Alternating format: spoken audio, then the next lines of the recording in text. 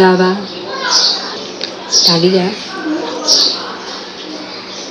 ဒါလေးကဒုံးနဲ့မှုပေါ့နော်စားလို့မရပါဘူးကျမတို့ပစ္စည်းတွေတော့လူကြီးတွေကချူမိုင်းမိုင်းဆိုတော့ကျမတို့ယူပြီးတော့ချော့ကြရပါတော့တကယ်တော့ဒါလူကြီးတွေကကျမတို့အသုံးချပေးတာပါတကယ်တော့သူတို့ကကျမတို့ချော့ကျင်တာမဟုတ်ဘဲနဲ့သူတို့ရဲ့ကျမရဲ့အတွက်သူတို့ဘာသာလက်ကျင်နဲ့လုပ်နေကြတာပါကျမကဒီလက်ချောင်းပါနော်လက်ချောင်းนี่အားနေတင်မှာပါပါတယ်စာရေးလို့ရှိမယ်ဖြစ်ဖြစ်ကိပုတ်တုံးလို့ရှိမယ်ဖြစ်ဖြစ်ဖုန်းလေးကင်တုံးလို့ရှိမယ်ဖြစ်ဖြစ်လက်ချောင်းကြီးအကြာညောင်းညာနေတတ်တယ်ပေါ့နော်အသုံးပြုပြီးသွားလို့ရှိရင်လက်ချောင်းကြီးအကြာညောင်းညာနေတတ်တယ်ပစ္စည်းတွေဆိုလို့ရှိရင်ခဏလို့ကြာတယ်ကိုကတေချာကင်ထားပြီမယ်လက်ချောင်းကြီးရုပ်ပြက်ကြီးအာရောသွားပြီးတော့လွတ်ကြတာမျိုးခဏဖြစ်တယ်ပေါ့နော်လက်ချောင်းလေးချင်းအောင်မဖြစ်မနေလုပ်ဖို့လိုအပ်လာတာပေါ့နော်ရုံးမဲ့ဆိုရင်လက်ချောင်းလေးကျင်တဲ့နေကလက်ချောင်းတက်မှာဘူးတက်တစ်ခုတည်းတွတ်တာမဟုတ်ပဲတခြားဆက်ဆက်ကျမကြီးအတွက်လည်းကောင်းတယ်လို့သိရတယ်ပေါ့နော်အဲ့တော့ပထမဆုံးအနေနဲ့ကျမတို့လည်းချူမိုင်းမိုင်းလေးကျင်နေလို့ရတယ်ကျမတင်လာတဲ့ပေါ့နော်ဗီဒီလေ့ကျင့်လုပ်တဲ့ဗီဒီယိုလေးမှာဆိုရင်တတိထားမိကြလာတော့မသိဘူးပေါ့လေ့ကျင့်နေမှာလေအပေါ်အောက်မြောက်ရင်ပဲဖြစ်ဖြစ်ဒီကိုဆိုင်မဲ့ဖြစ်ဖြစ်အရှိနောက်ကိုပဲဖြစ်ဖြစ်ဒီတိုင်းပဲလုပ်တာမျိုးမဟုတ်ပဲနဲ့တခါလေလေ့ကျင့်တယ်ပေါ့နော်ဒီလိုချူမိုင်းလေ့ကျင့်လုပ်နေချူမိုင်းဒီကလုတ်သွားတာမျိုးရှိတယ်လေပြောမဆိုရှင်ကွာတပူလုံးရဲ့ပေါ့နော်လေ့ကျင့်ခန်းလုပ်နေနေဖြစ်ဖြစ်လေ့ကျင့်ခန်းလုပ်နေနေဖြစ်ဖြစ်တခါလေလက်ချောင်းလေးကိုပါတွဲပြီးလေ့ကျင့်ခန်းလုပ်သွားတယ်ပေါ့ကွာကိုကလုံးရှာလေ့ကျင့်ခန်းမလုပ်ချင်တော့မှဟိုပေါ့ဒီလေ့ကျင့်ခန်းတွေကကို TV ကြည့်နေရင်နဲ့ဒါမှမဟုတ်မိသားစုရဲ့တငယ်ချင်းတွေနဲ့စကားပြောနေနေဖြစ်ဖြစ်ပေါ့နော်ဒီတိုင်းပြန်လိုက်ဆိုလိုက်လုပ်လို့ရတယ်လေ့ကျင့်ခန်းမျိုးပေါ့ပေါ့ပနေလေကိုကအကူကြီးရနဲ့လေ့ကျင့်ခန်းလုပ်ချင်တယ်ဆိုလို့ရှိရင်ဒါမျိုးနဲ့လည်းလုပ်လို့ရပါတယ်ဒါမျိုးကို hand grip လို့ခေါ်ရပေါ့နော်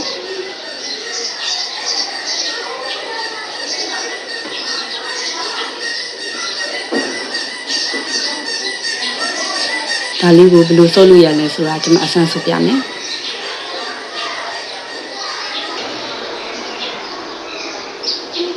ဒါတကယ်တော့အမှန်ကပေါင်20အား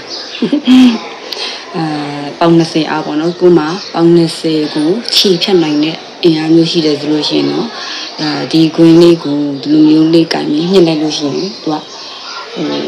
သူကပင်ရှိလေးဖြစ်သွားမှာ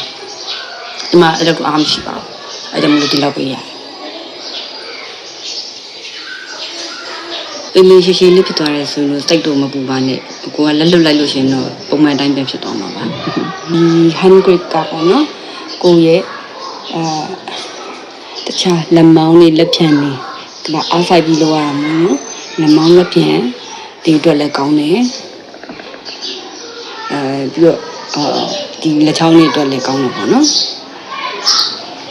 ဒီလက်တစ်ဖက်ချင်းစီနဲ့လည်းဆိုလို့ရပါတယ်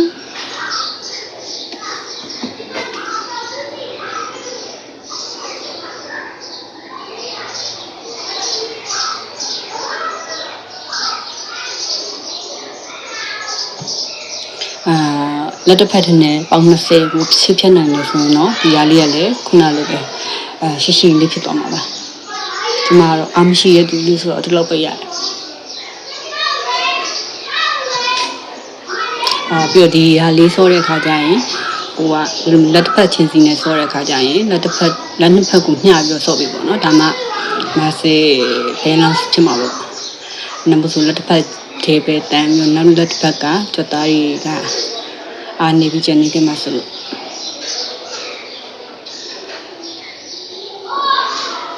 နောက်တစ်မျိုးပြပေးပါမယ်ဒီတစ်ခုကခုနကလုပ်ပြတဲ့ပုံစံနဲ့ကဆင့်စင်ဆိုပြီးမဲ့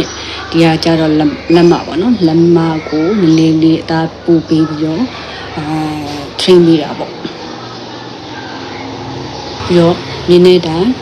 ဒီနေရာကြွသားတွေကလည်းလိုက်ပြီးတော့ဟိုအားစိတ်ပေးရတာမဟုတ်လို့ဒီလက်ဖြန့်ချက်သားတွေတော့ကောင်းတယ်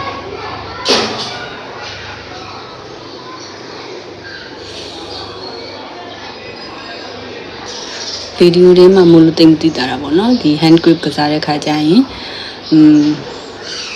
ဒီလက်ဖြန့်ကြွသားတွေပဲမဟုတ်ပဲဒီလက်မောင်းကြွသားတွေကပါလိုက်ပြီးအားဆိုင်ပြီးရပေါ့နော်အားဆိုင်ရတယ်ပေါ့ကျမကကြွသားမရှိရလည်းပါပါတယ်သူလေးလိုက်ပြီးတော့ကစားပြီးရပေါ့နော်ဒီလက်မောင်းကြွသားလေးရလဲခုလိုအနီးကကြည့်တော့ကျမလည်းနည်းနည်းကစားတယ်ဒါကြောင့်လက်ချောင်းလေးတွေနဲ့အဓိကအားဆိုင်ပြီးဆိုရတာပေါ့နော်လက်ချောင်းလေးတွေနဲ့ပဲဆိုရတာဆိုလို့လည်းသူကဒါလေးဆိုပြီးဆိုရင်လည်းလက်မောင်းကြတာနေပြီးတော့လက်ထိပ်အထူကိုကစားပြရတာပေါ့နော်အားဆိုင်ပြီးဆိုပြရတာ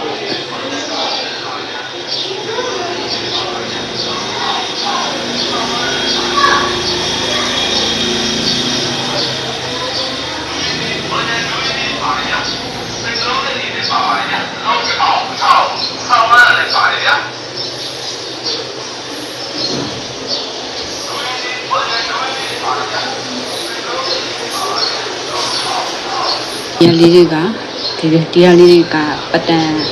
အမျိုးထွက်တယ်ပေါ့နော်ကျမကဒီပတ်တန်ကိုအကျိတ်ဆုံးပါပဲရှင်ဒီပတ်တန်လေးပေါ့နော်ဒီပတ်တန်လေးအကျိတ်ဆုံးပါပဲရှင်သူကလက်မောင်းကြက်သားတွေဒါလေးကစားပြီးလို့ရှင်လက်မောင်းကြက်သားတွေလက်ချောင်းတွေအားရှိဒါကပြောရမယ်ဆိုလို့ရှင်အချိန်ပေးပြီးတော့ကစားပြရတာပေါ့နော်အလိုလက်မောင်းကြက်သားတွေလက်ချောင်းတွေအားရှိလာဖို့အတွက်